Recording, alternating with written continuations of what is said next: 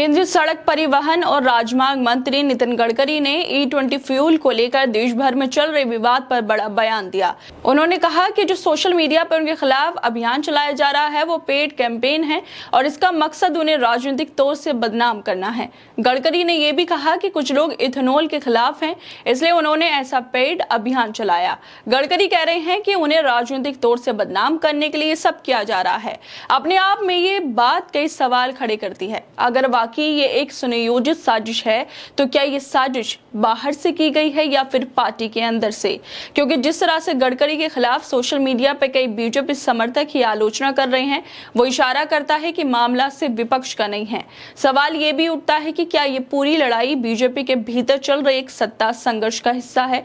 क्या नितिन गडकरी और प्रधानमंत्री नरेंद्र मोदी और गृह मंत्री अमित शाह के बीच कोई गहरी मतभेद है जो खुलकर सामने आ रही है? और क्या इस पूरे घटनाक्रम में आरएसएस प्रमुख मोहन भागवत की भूमिका भी अहम है, क्योंकि गडकरी आरएसएस की पसंद माने जाते हैं और लंबे समय से संगठन के नजदीक रहे हैं। ऐसे में ये आशंका भी उठती है कि कहीं ये सब गडकरी को साइडलाइन करने की रणनीति तो नहीं? क्या बीजेपी और संघ परिवार के अंदर चल रही खींचतान अब सार्वजनिक मंचों पर फूटने लगी है? और क्या गडकरी के खिलाफ चल रहा ये पेड कैंपेन वाकई पार्टी के ही कुछ ताकतवर गुटों की चाल है जो उन्हें कमजोर करना चाहते हैं? इन तमाम सवालों के जवाब तो फिलहाल सामने नहीं आए, लेकिन इतना तय है कि बीजेपी के भीतर सब कुछ ठीक ठाक नहीं है, क्योंकि नितिन गडकरी ने E20 पेट्रोल लाने की बात की है और वो दावा कर रहे हैं कि E20 पेट्रोल देश के लिए एक किफायती और प्रदूषण मुक्त विकल्प है जिससे किसानों को भी फायदा होगा। लेकिन सवाल ये उठता है कि क्या ये सच में इतना फायदेमंद है जब सोशल मीडिया पे इतनी आलोचनाएं हो रही हैं,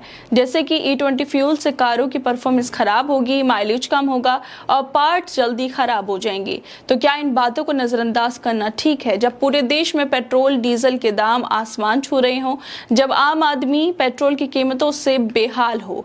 तब ऐसे सवाल और आलोचनाएं होना स्वाभाविक नहीं है क्या? इसके अलावा एक बड़ा विवाद ये भी है कि नितिन गडकरी के बेटे निखिल गडकरी की कंपनी सियान एग्रो इंडस्ट्रीज की कमाई अचानक एक साल में 17 करोड़ से बढ़कर लगभग 510 करोड़ हो गई। ये बढ़ोतरी तब हुई जब इथेनॉल नीति और E20 फ्यूल को लेकर देश भर में चर्चा चल रही थी।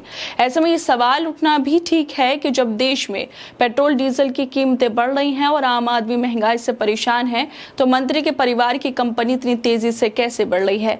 क्या इस बढ़ोतरी में कोई राजनीतिक और आर्थिक स्वार्थ छुपा हुआ है? क्या ये नैतिक तौर से सही है कि किसी मंत्री का परिवार ऐसी नीतियों से सीधे फायदा उठाए जबकि आम जनता महंगाई से जूझ रही हो? गडकरी का परिवार इथेनॉल से कैसे अमीर होता जा रहा है, इसको लेकर ग्रोक ने भी पहले जवाब दिया था।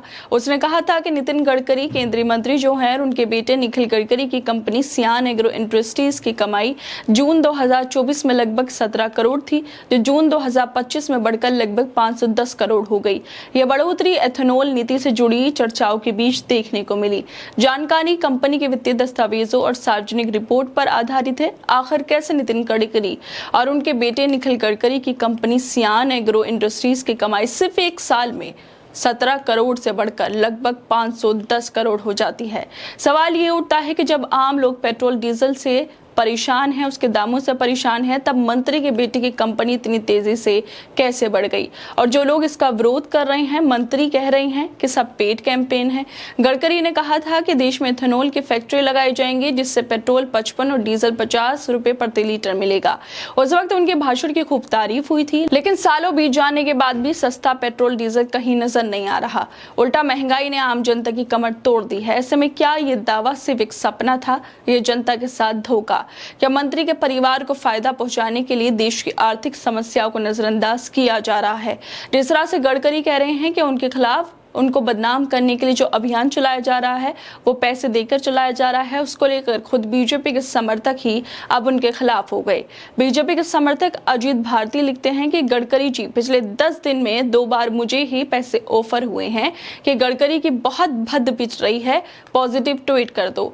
तो ये तो रहने दो कि पेड कैंपेन चल रहा है, ये जनता का कैंपेन है और आने वाले दिनों में मैं आपकी नीतियों की पोल खोलकर रख दूंगा, एक आध दिन रुक जाओ आप। जनता को, खुद बीजेपी के समर्थकों को अब ये महसूस होने लगा कि ये लोग अपने स्वार्थ के लिए नीतियां बना रहे हैं, ना कि देश और जनता के लिए। दूसरी तरफ ये भी खबरें आ रही हैं कि भाजपा और संघ परिवार के अंदर इस मामले को लेकर मतभेद और कलह चल रही है। क्या ये विवाद सिर्फ राजनीतिक कलह की वजह से उभरा है? जब खुद पार्टी के लोग मंत्री गडकरी के खिलाफ आवाज उठाने लगे तो ये संकेत है संगठन के भीतर गहरी असहमति है। और इसी को लेकर पत्रकार मुकेश कुमार लिखते हैं कि संघ परिवार में घमासान मचा हुआ है, गडकरी को घेरकर मारने की मुहिम चल रही है। इसका संबंध मोहन भागवत से भी है। इस घमासान के पीछे मोदी शाह ना हो, ऐसा हो ही नहीं सकता। तो क्या अब गडकरी को ठिकाने लगाने की तैयारी बीजेपी हाईकमान ने कर ली है? क्या ये भागवत पर जवाबी हमले का हिस्सा है? एक तरफ मोदी उनकी तारीफों में लेख लिख रहे हैं और दूसरी तरफ उनके आदमी के राजनीतिक करियर को दफन करने में अपने चेलों को लगा दिया। अगर ऐसा है तो क्या करेंगे भागवत? क्या गडकरी को बचा पाएंगे? संघ का ये गृह युद्ध क्या मोड़ लेगा? इसका क्या अंजाम होगा? बीजेपी के अंदरूनी कलह को तो इस मुद्दे से जोड़कर देखा ही जा रहा है, लेकिन आखिर में सवाल यही बचता है कि क्या नितिन गडकरी और उनके परिवार का काम देश की सेवा करना है या अपने निजी स्वार्थ को साधना है? क्या ये पूरी राजनीति सिर्फ अपनी ही दौलत कमाने का जरिया बन गई? जब आम जनता पेट्रोल डीजल की बढ़ती कीमतों से परेशान है, तब एक परिवार की कंपनी इतनी तेजी से कैसे बढ़ रही है? कैसे वो कितने 100 करोड़ के मालिक बन गए? खैर दोस्तों, आप लोगों को क्या लगता है इस वीडियो को लेकर? हमें अपनी राय जरूर दें और बाकी तमाम खबरों को देखने के लिए जुड़ रहिए हमारे साथ।